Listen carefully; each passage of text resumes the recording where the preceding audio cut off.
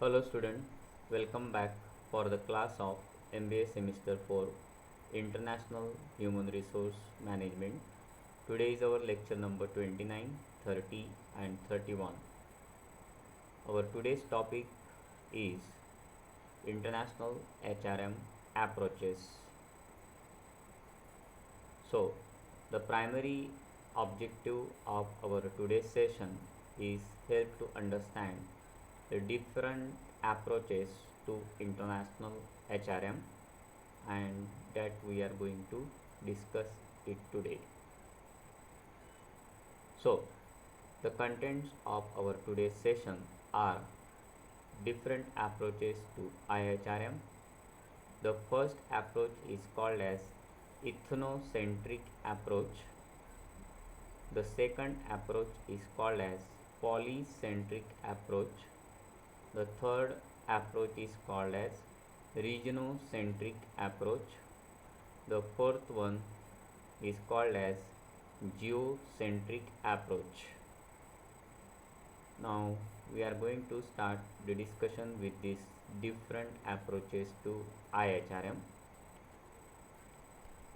Well, uh, we are already familiar with the different type of employees that we were discussed in unit number 1, specifically those who are working uh, in the field of international IHRM. Okay, we will also recall this type of employees: SCN, PCN and TCN, if you remember that we were seen in the first unit. Now when we are classifying these employees, okay, why does the management of the organization they are classifying this type of employees in this way, okay, and why they are recruiting these employees in their organization, that we are going to discuss with the help of these different approaches to IHRM. So there are total 4 approaches, and we are going to identify what are the reasons behind that, particularly to the multinational corporations or their management of this multinational corporation, what form of attitude that they would have, what form of orientation that they would have towards the recruitment of these employees within their organization, which can be discussed with the help of these IHRM approaches. So when we are talking about any multinational enterprise, so any multinational enterprise will be a multi-domestic company or a multinational corporation or transnational corporation. So they primarily manage their human resource activities either from their country headquarters, okay, wherever they are situated, or from the subsidiaries wherever they were established. So managing and staffing the subsidiaries, okay, could be decided by the head of the management of that particular multinational enterprise. With the help of these IHRM approaches, okay, we will came to know what form of attitude that the management of the organizations have or had, okay, towards the recruitment, towards the selection or managing the staffing operations of subsidiaries, okay, of this multinational enterprise. So the term was coined mainly one of the very important researcher, and the name of that researcher is Perlmutter. Perlmutter. So he has claimed that it was possible to identify among international executives three primary attitudes. So they were identified that three primary attitudes. First one, ethnocentric. Second one is polycentric. Third one is geocentric. Okay. To demonstrate these above three attitudes, okay, Perlmutter used aspects of organizational design such as decision making, evaluation, and control, along with information flows and complexity of the organization. Okay, so it is quite necessary to identify what are the reasons for which the multinational organization, why does that they are going to selecting that particular kind of employees and why they are not selecting the other. Therefore, some other important organizational factors were considered along with some another fourth attitude, that is called as regionocentric attitude, was added later. Okay, so these four attitude will describe as the different approaches to the IHRM, particularly for the recruitment of the international employees in any multinational enterprises. So let us see these approaches. So there are four approaches are there, and we were already familiar with these different types of employees that we were seeing. Okay, particularly in the beginning of our session in unit number 1. So three type of employees. The first one is called as HCN, host country national. The second one is called as parent country national, and the third one is called as third country national. SCN means what? Employees belonging to the nation in which the subsidiary is situated. Okay, wherever their businesses are established, they are mainly recruiting the local employees. Okay, so they are selecting the those employees, okay, wherever their subsidiary had been situated. In case of parent country national, okay, employees belonging to the home country of the firm where the corporate headquarter is situated. Okay, so in this case, employees, okay, those are belonging to that particular home country, and wherever their corporate headquarter has been situated, okay, either the uh, person can be transferred, okay, from that parent country to another country. The third country would be what called as, okay, the third country national. These are neither a home country and host country nationals, but they are employed at subsidiaries or any corporate headquarters where it is situated. Okay, so such kind of employees, they are generally not belonging to either the home country or the host country, they are belonging to any other country. So we were already seen about these type of employees. We just uh, try to add in our today's presentation so as to recall you. When we are talking about these different type of approaches, okay, all these above categories generally reflect the managerial attitude that reflect some socio-cultural environment in which the firm is internationalizing themselves. Okay, here the management of the organization, what does that they exactly thinks about the recruitment of employees within their organizations, and which particular employee that they would recruit. Okay, that will define some management orientation or any sort of managerial attitude towards the recruitment of these employees. Okay, it is of utmost importance to any firm, okay, those who are a multi domestic company or any type of organization, those who are called as multinational or transnational corporation. So it is of strategic importance for foreign market, the maturity of operation, the degree of cultural distance between the parent and the host country, influence the manner in which the firm approaches a particular staffing decision. So which particular staffing activity, either ethnocentric activity, polycentric activity, regionocentric activity, or geocentric activity, okay, and which particular type of employees could be get selected in the recruitment process, that primarily depends on some other varieties of factor, including some socio cultural parameters. So we are going to discuss these approaches one by one. So let us have some comparison in between all the approaches taken together. Okay.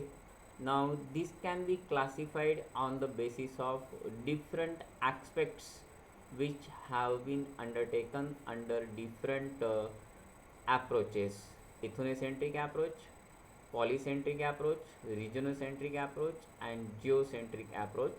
Okay, generally this chart could be discussed at last. Okay, for simplicity purposes we are discussing over complexity of operation in case of ethnocentric orientation, complex in home country, simple in subsidiaries country. The business operations would be complex in the home country, okay, and simple in subsidiaries. Whereas in polycentric, varied and independent type of complexity would be there. Sometimes there will be a complexity or there would not be a complexity, and that could be varied from country to country. In case of regionocentric, okay, when we are talking about region, that time we will consider, okay, say for example SARC region, NAFTA, North American Free Trade Agreement, SAFTA, okay, or European Union. That time it should be said to be a region wise market. Okay, so that is called as a regionocentric. Okay, highly independent or regional basis recruitment would be there, or even complexity would be there, because their national culture is creating some huge impact. Okay, in case of regionocentric orientation. In geocentric orientation, okay, here we will, most of the firms that they will consider themselves, the whole world will be a unique marketplace for themselves, and they are going to reflect their businesses across the world. Say for example Pepsi and Coke, okay, they are selling their product across more than 200 nations. Okay, so we will came to know that the kind of complexity would be increasingly complex and highly interdependent on worldwide basis. So across the world they would have some different practices, some different forms of recruitment, okay, different forms of marketing strategies, even promotional strategies, and that can be implemented according to, okay, those are having some geocentric orientation.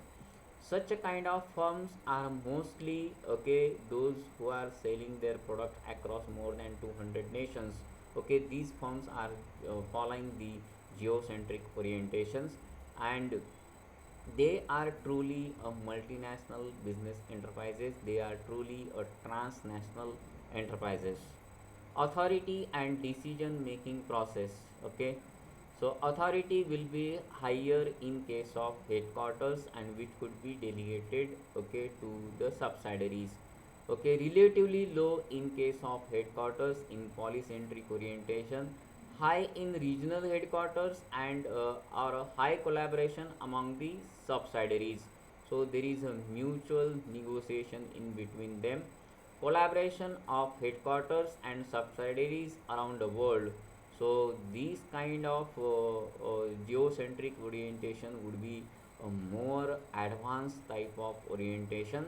So they are normally not only using the delegations of authority very effectively, okay, but also whatever the policies that could be framed at the headquarters, it could be get transmitted, okay, in various countries very effectively, and considering the local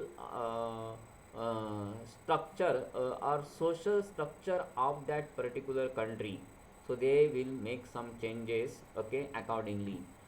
In case of rewards, punishment, and incentives, high in case of headquarters, higher rewards and punishment would be there, okay, and low in subsidiaries. We will find out some in case of polycentric orientation. Wide variation can be high or low rewards for the subsidiaries. So we will find out that there is mix of things that being taken together in polycentric orientation. Rewards for contribution at regional objective, so region wise rewards would be there. Rewards to the international and local executives for reaching local and worldwide objective. So here that they will consider the whole market will be the unique marketplace. So region wise as well as world wise, okay, reward could be paid, okay, to the international expatriate. Communication in information flow, okay, how should be the information flow within the organization, specifically in case of ethnocentric orientation. High volume of orders, commands and advice, okay, to the subsidiaries. So there will be a very clear cut objective to follow the instruction of the superiors in case of ethnocentric orientation, okay. Where in case of polycentric orientation, little to and fro headquarters, okay, little among the subsidiaries. So there will be some another mix up of activities that go, okay, in case of polycentric orientation, okay, little to and fro headquarters, but may be high to and fro regional headquarters and among the countries. So to and fro from headquarters to the subsidiaries, okay, it will be somewhat similar to polycentric orientation, okay, but there will be some high to and fro in case of regional headquarter and wherever the subsidiaries has been located. So in case of regionocentric orientation, some more superiority would be occurred and more concentration on development of the region, okay, both ways and among the subsidiaries around the world. So across the world, okay, they tries to communicate, okay, throughout the organizations, from organization to regional headquarters, from regional headquarters to subsidiaries. So both ways of communication can be happen, okay, in case of geocentric orientations. Now once we came to know such a kind of comparison, then we are in a position to discuss about these different approaches to IHRM. Now we are already familiar with these types of employees, okay, and we are recruiting these employees so as to get the work done from these employees in the organization. We are recruiting different types of employees in the organization. So generally we came to know that there will be few foreign subsidiaries may have an autonomy and strategic decisions are made at the headquarters. So whatever number of businesses are there, generally their headquarters are located in their own country and subsidiaries are having some sort of autonomy so as to perform the operations. And very few subsidiaries, foreign subsidiaries, okay, they will have an autonomy. Key positions at the domestic and foreign operations are held by the headquarters management personnel. Personnel, those who are working at the headquarter offices within that particular country, they will have a major impact on the overall operations, okay, both domestic and foreign operations of that particular company, okay. In other words, subsidiaries are managed by the expatriate, okay, from the home country, okay. So the organizations that they will recruit some number of expatriate, okay, so as to manage the subsidiaries from the home country. Okay, so in this approach, parent country national, okay, parent country nationals, that they will hold the key positions. Generally, they will be placed as a regional executives. This means that few subsidiaries have any sort of autonomy so as to take some strategic decisions, okay, which are made at the headquarters. Moreover, headquarter management personnel hold some key jobs in either domestic and foreign operations, and thus the expatriate manage that subsidiaries. So all the operations that can be managed, okay, under this ethnocentric approach, okay, through the expatriates. Okay, so these expatriates are nothing but the international employees, those who are recruited from the that particular home country. Okay, those who are having a knowledge, okay, and all the responsibilities can be shouldered on them so as to run the businesses in case of ethnocentric approach. We will also go further. Okay, there are lots of things that are being associated with the ethnocentric approach. When the company follows some sort of strategy, okay, of choosing only from the citizens of the parent country to work in the host nation, is called as ethnocentric approach. If the company want to get the work done in any host country, so they will recruit the employees, okay, from that host country, okay, or any other expatriate, okay, and they will appoint in that particular country so as to run the business. Normally, higher level foreign positions are filled with the expatriate employee from the parent country itself. So, from the parent country, okay, the expatriates are recruited, okay, within the home country, and they will be posted the job, okay, in that parent country in which the employee belong, in which the expatriate belong. The general rationale behind this ethnocentric approach is that staff from the foreign country would represent the interest of the headquarters effectively and link well with the parent country. Now it quite normally depends on the employee. Suppose they are quite familiar with that parent country, so they are representing themselves. They are requesting themselves to place them at the headquarters. Okay, but they are also looking that they must have some link with the parent country also, whichever that they were born, and they were born and brought up. Okay, so the recruitment process in this method involves namely four stages. So the stages would be there: self selection, creating a candidate pool, technical skill assessment, and making a mutual decision. We will see all these processes one by one. Now, what do you mean by self selection? It is quite somewhat difficult because all these decisions, international recruitment decisions of this expatriate, are quite difficult, okay, which can be taken over by the headquarters of the management of the organization. So, in case of self selection, okay, involves the decision of the employee about his future course of action in the international arena. So they are going to identify, the management of the firm, they are going to identify why does that they want to enter, okay, themselves into this international business, particularly in international HRM, and what they are going to project themselves. In the next stage, employee database is prepared according to the manpower requirement of the company for international operation. Okay, the manpower database will be created. Then the database will be analyzed for choosing the best and the most suitable person for global assignment, and this process is called as technical skill assessment. So whatever number of employees whichever has been identified themselves as the most potential, okay, those who can fulfill the organization's international dreams, okay, they will be assessed okay, by means of using some technical skills assessment and interviews.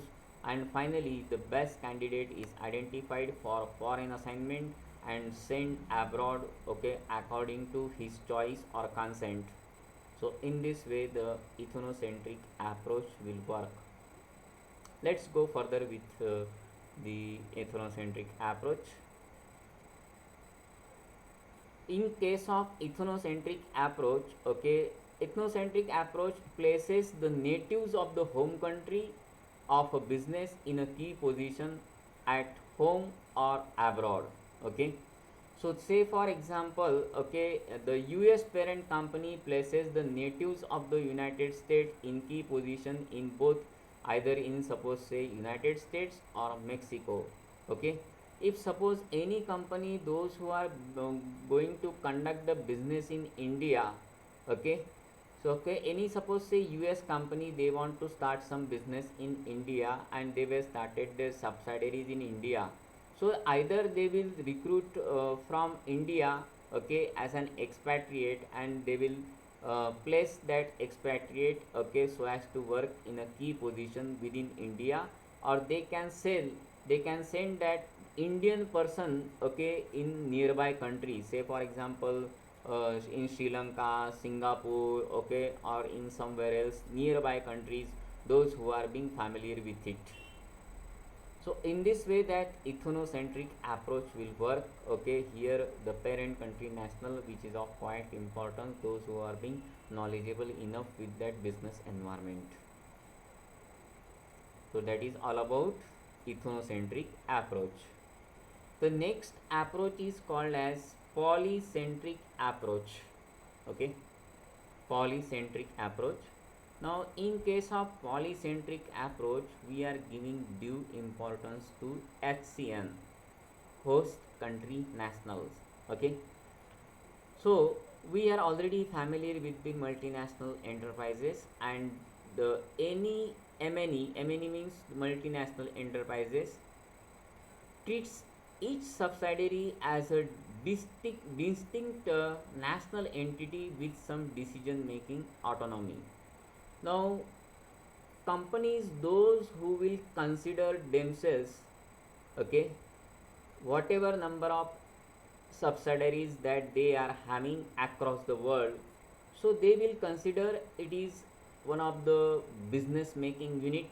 Okay, they will consider one of the distinct entity, and they will offer some sort of autonomy to that subsidiaries, so as to get the work done from the people, okay, in that subsidiaries. So subsidiaries are usually managed by local national, generally called as host country national, who are seldom promoted to the positions at headquarters. So they will primarily recruit some kind of personnels, okay, those who are called as, okay, host country nationals, those are very familiar with the local business environment. So they will not being posted many of the times to any headquarters or any other country. So such kind of approach would be called as what? Polycentric approach. Likewise, PCN are rarely transferred to the foreign subsidiaries operation. Okay. In case of PCN, okay, even also we are not offering them some foreign subsidiaries operation. Polycentric approach use host country national to staff the subsidiary, while parent country nationals will hold the position at the headquarter. Now, in case of polycentric approach, okay, mainly to manage the subsidiary, okay, the local national means host country nationals are being recruited over there to look after the subsidiaries operations, and to manage that subsidiaries operation, another third country national, okay, those who are called as PCN, okay.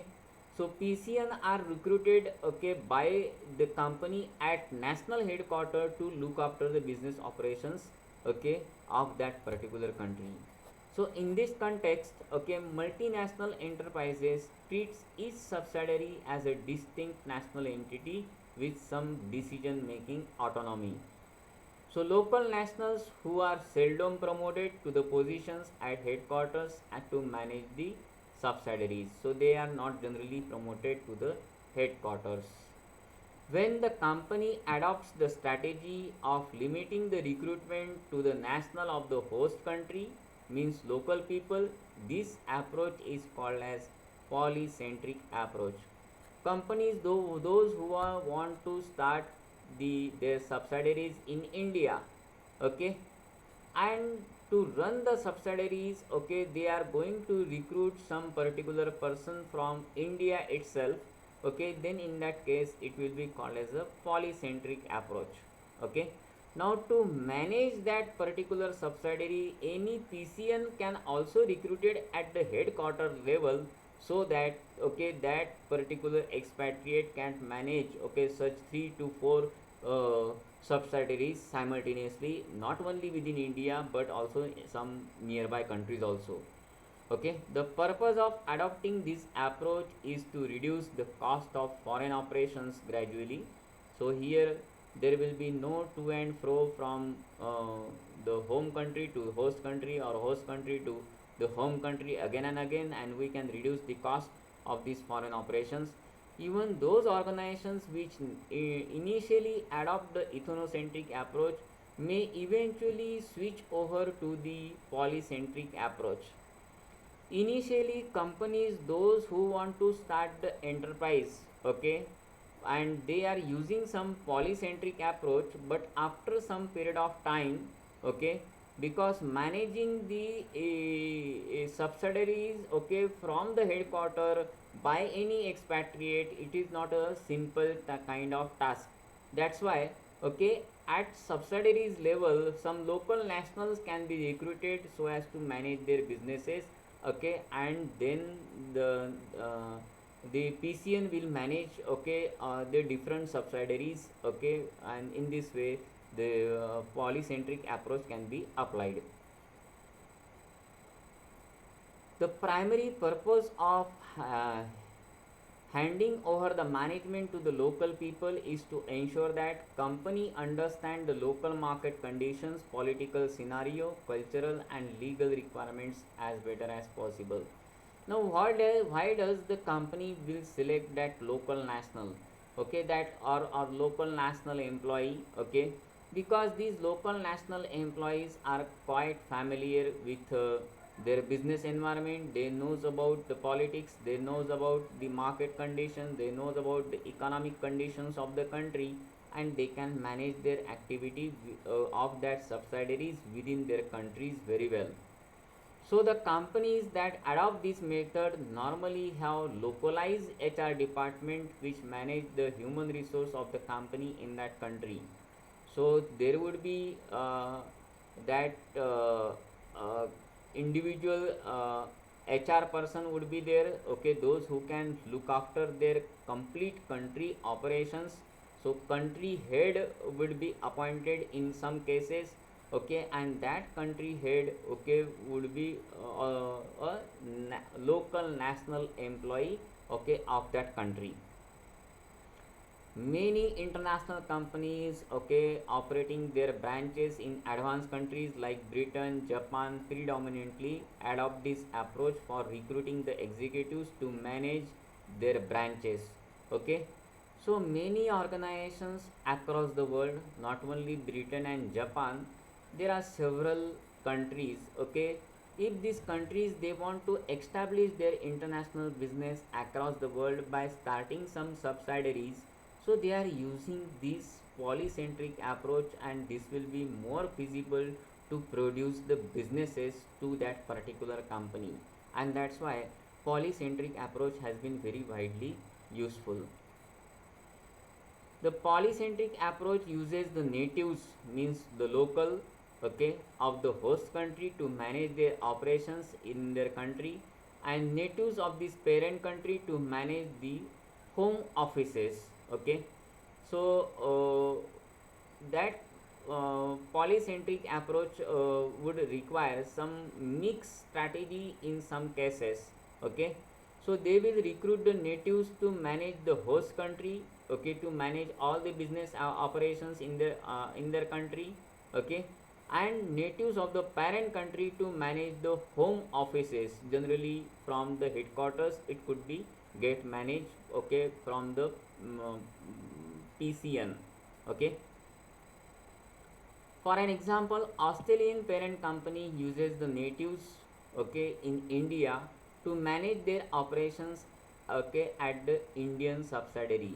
If suppose any Australian company, okay, in the beginning they will transmit, okay, they will transfer their any employee as an expatriate, okay, from Australia itself, okay, to India, to Indian subsidiaries to manage these operations. Natives of Australia, okay, manage the home offices, okay, and natives from Australia means the local nationals from Australia itself, they will manage their headquarter operations, okay, and these Indian subsidiaries, those who can be recruited over here, okay, they will just report to the Australian, okay, natives, those who have been recruited in Australia itself. So this would be one of the best strategy to international business to manage the international HR operations. The third kind of approach is called as regionocentric approach. Regionocentric approach. So in many cases, this regionocentric approach is called as regiocentric approach. Regio, okay. So it will reflect the geographical strategy and structure of the multinationals. Now across the world there are several regions: European region, okay, North American region, African region, okay, then ASEAN region, even like SARC, India belongs to SARC region, okay. Here we are following some sort of geographical strategy, okay, and structure of the multinational and how big is the multinational corporation. It utilizes some wider pool of managers, okay, but in a very limited way, okay. So they will recruit the large number of managers, but how does that they are being placed to perform the operations at international subsidiaries, that is their limited activity. Personnel will move, okay, outside their countries, but only within the particular geographical region. Suppose, say for example, any Indian company, okay, they want to start some multinational operations abroad, okay, in some nearby countries, so India belongs to that SARC region, okay, there are 7 members of the SARC region.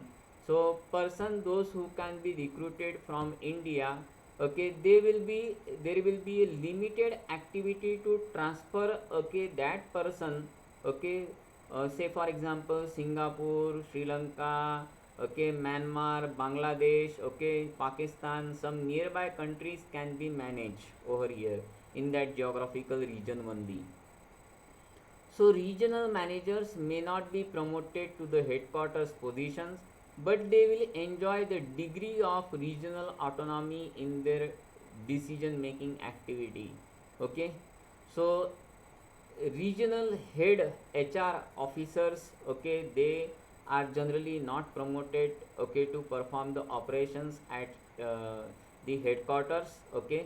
So they will enjoy some sort of regional autonomy only. So in nearby region only they will be get transferred from one location to another location as per the need arises, okay, and that to and fro activity from one location to another location can be there in case of regionocentric approach. In a regionocentric approach, regional staff are utilized and developed for the position anywhere within the region itself. So wherever the company that they want to start their businesses, okay, so within the region itself any person can be get recruited and they will be get transferred within region itself.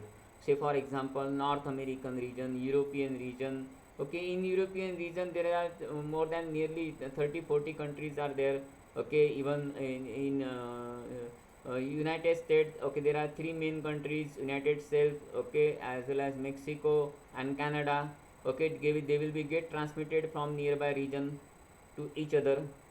So in this way they will manage their operations. So in this approach, regional managers may not be promoted at the headquarter position, but they will enjoy some sort of regional autonomy for decision making activity. As we talked earlier that this approach is called as regiocentric approach in many of the cases. Here the company's international business is divided into international geographical regions. International geographical regions, as we were discussed earlier, the regiocentric approach uses managers from various countries within the geographical region of the business. So, whatever number of managers, whatever number of recruitment that they need to manage their subsidiaries, okay, they will be only recruited from that region only. Although the managers operate relatively independently in the region, they are not normally moved to the company's headquarters. So any regional head, they will be not being promoted anywhere else to the headquarters. Okay, that person can be recruited internally from the home country itself, okay, or from that region itself. In this regiocentric approach is adaptable to the company and product strategies, okay. So as far as that business has been concerned, many of the businesses they are also using this regiocentric approach because companies are also conducting lots of other business activities, okay, so as to manage their companies as well as their product strategies. So particularly in marketing also we are using this regiocentric orientation.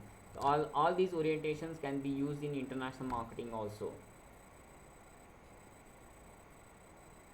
When the regional expertise is are needed, okay, natives of the regions are hired. So only those employees, okay, those are born and brought up in that particular region, say for example European region, North American region, okay, South America, say for example Brazil, okay, or ASEAN, okay, SARC, okay. So we are selecting the natives from this region only so as to manage the complete region wise operations. If the product knowledge is crucial, then the parent country national who have already access to the corporate sources of information can be brought in. Now, in which particular case, okay, the parent country nationals are being recruited, okay, if it will require some special kind of expertise, okay, that expertise will possess the sufficient qualifications and experiences in the form of, suppose, so say for example HR operation along with some marketing operation, they want to conduct some marketing activity by that person itself. In that case only parent country national, those who are having the knowledge of, okay, the region itself as well as the product knowledge or some specialized form of knowledge, say for example technical knowledge that they would have, okay, some corporate source of information suppose they are having, they will be recruited in according to this regionocentric approach. One shortcoming of that regionocentric approach is that managers from region may not be understand the view of the managers at the headquarters. Now when such kind of regional officers, regional HR heads are recruited, okay, within the organizations, so whatever will be the HR policies which are communicated from headquarters itself, okay, they do not understand their views and opinions. So they need to have more and more clarification to understand the issue. In some cases, um, say for example in ethnocentric approach, it would create some sort of problems, say for example some labor problems in many of the cases. Also some corporate headquarters may not employ uh, enough managers with international experience, okay. So even at corporate level, okay, or headquarter level, they would not select as many number of managers, okay, particularly those are having some international exposures. So they are not going to recruit many number of managers at corporate levels, also at headquarters, so as to manage the headquarters activities. So they will select only those potential candidates, those are having some sufficient knowledge.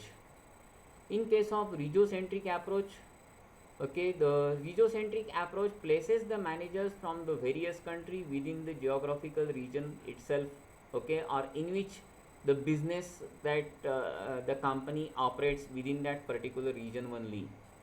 Say for example, okay, the US parent company uses the natives of the United States at company headquarters, so they will implement, they tries to implement their policies, okay, from US, okay, and they need to have to recruit their natives or local nationals over there, okay, so they primarily recruit some local nationals.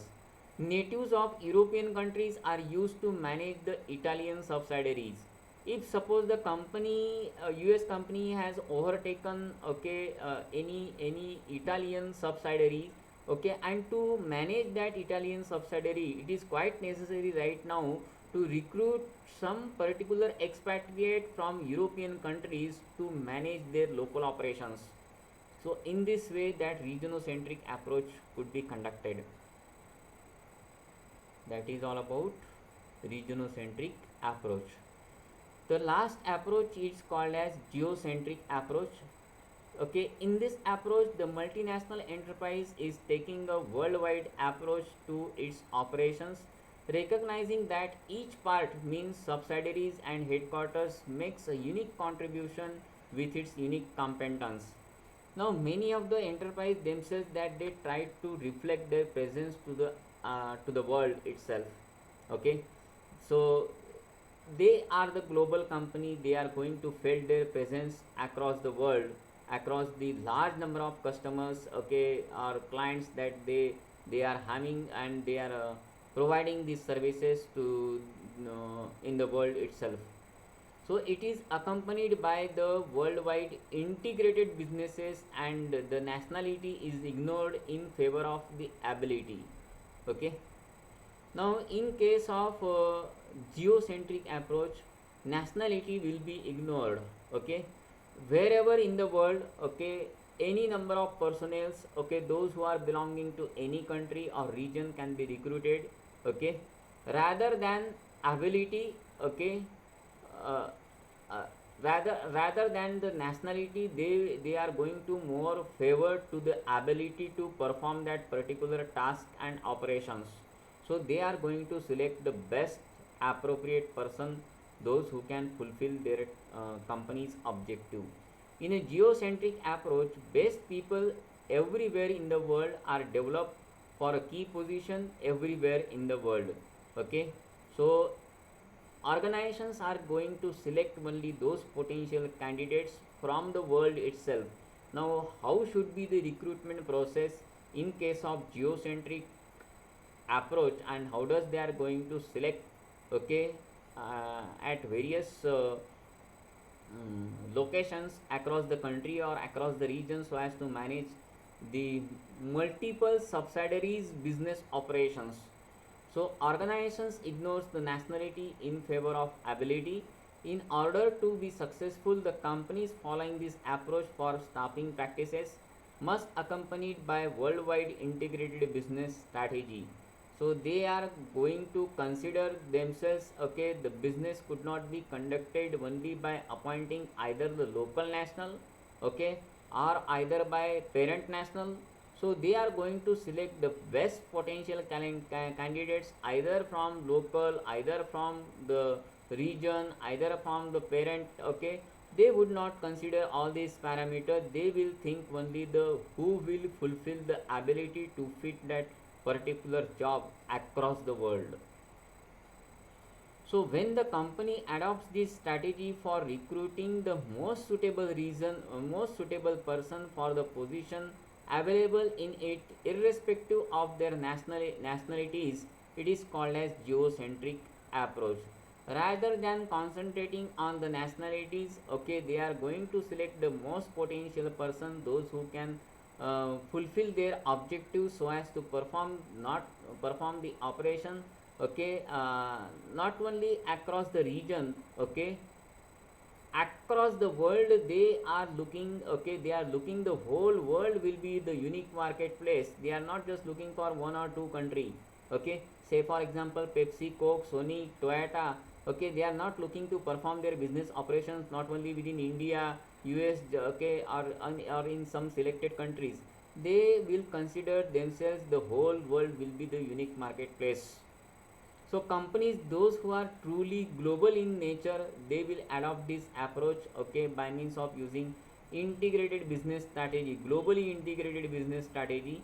Okay, since HR operations are constrained for by several factors like political, ethnic factors, and governmental laws, it is quite difficult to adopt this approach. Now, across the world, in many countries, their socio-cultural context, their business environment, their laws, okay, that they will differ from country to country. Their political environment, ethnic factors, they also differ. Governmental laws will differ.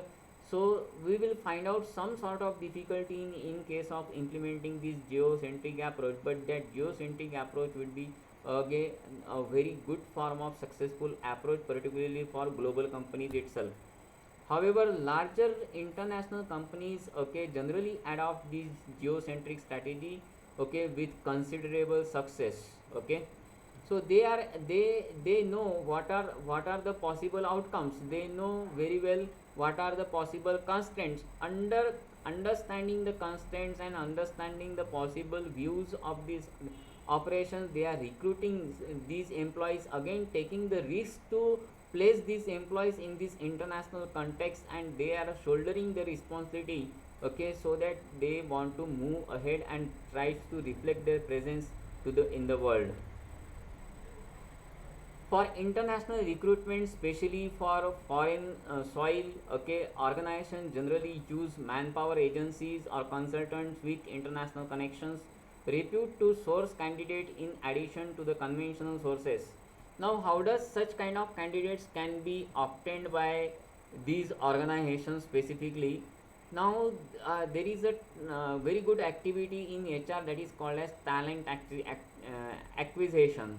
So with the help of that talent acquisition, many number of manpower agencies are involved, many lot more international connections. Now with the help of social media like LinkedIn and consultancy, okay, one can share their own views and experiences, and how does they are going to manage their operations. In this way, companies are identifying the most potential candidates rather than using any other conventional sources. For an effective utilization of internal sources of the recruitment, global companies need to develop international database of the company and effective tracking of system to identify the most suitable person for global posting. Okay, so companies, they are continuously making their own databases across the globe, okay, to manage either the region or country or the whole world itself. And they are continuously upgrading their own list time to time, and they are identifying the most suitable candidate, those who can place their operations across the world. Okay, in managing the international HR operations, particularly whatever form of project has been supposed to be there. So in geocentric approach, it uses the best available manager for the business without regard of their country of origin. So people, those who are belonging to any particular country which could not be recruited by the multinational corporations in case of geocentric approaches, okay, their ability to fit the job, any person, those who are being fitted to that particular job, he will be get selected, okay, according to this geocentric approach. For example, UK parent company uses their natives, okay, of many countries at company's headquarters and at the US subsidiaries. Okay, so UK and US, okay, those are quite nearby countries. Okay, and how does they are going to manage their operations? So UK parent company, okay, uses the natives of many countries, okay, they are managing the number of businesses, then that's why they are recruiting different number of personnel from many countries, okay, at companies headquarters, okay, at the US subsidiaries. So in this way the geocentric approach would work. Now once we know about these approaches, okay, we just tries to know about what will be the IHRM strategy, okay, in case of international business.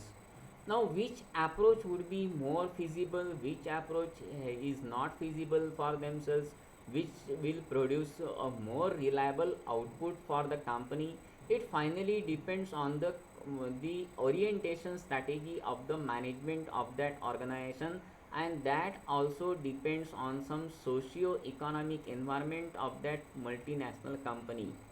So according to that Evans, okay, each approach that will represent a different way of coping with varying socio-economic environment of the multinational company. So either is that you are using the ethnocentric orientation, polycentric orientation, okay, regionocentric orientation, or geocentric orientation. It finally in the hand of that multinational company which appropriate strategy that they need to use. Okay, there are lot many factors that should be also considered while using any kind of approach to implement in international HRM. Okay, so we need to consider some strategy, structure, size, staff availability at headquarters, attitude, and government rules and regulation, and what will be overall optimal approach of that particular person, as well as the organization, how does they are going to cope up, okay, with these employees once they recruited in their organization. So many of the researchers says that, okay, companies are quite those who are being truly global, okay, they tries to use the geocentric approach, okay, in case of international HRM. In certain cases, okay, if the companies they just start to they just in the start of starting the international business operation, initially they can start with the help of that ethnocentric orientation. It is just in the beginning, okay, because they are just going to start their international business operation, so this could be even also feasible for themselves.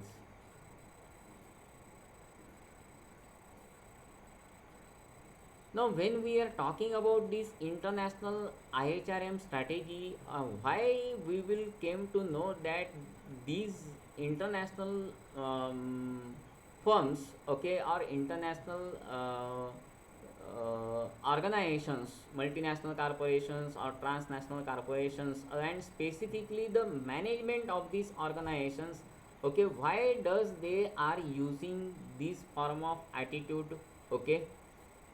Ethnocentric reflects some sort of mentality, prefers some parent country national, okay. Polycentric approach prefers local, okay, to locals to local operation. Geocentric approach cuts the across the nations, and thus talent is brought across the borders. Regionocentric approach brackets a few nations, okay, into one group, and staff are moved within the region of the nations. Now once we came to know about, okay, these constraints, okay, which particular form of approach will be more suitable,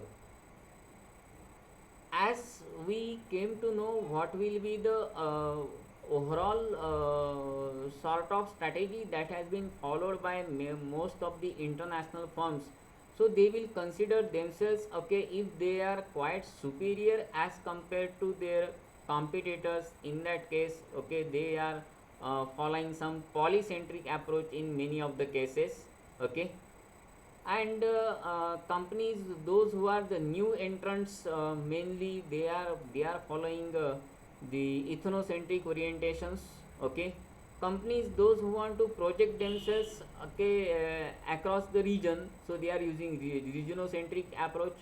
And companies those who want to reflect themselves across to the whole world, in that case they are using the geocentric orientation. So once we came to know that what will be the overall attitude of the management of these international organizations, so we came to know that this attitude will differ from country to country.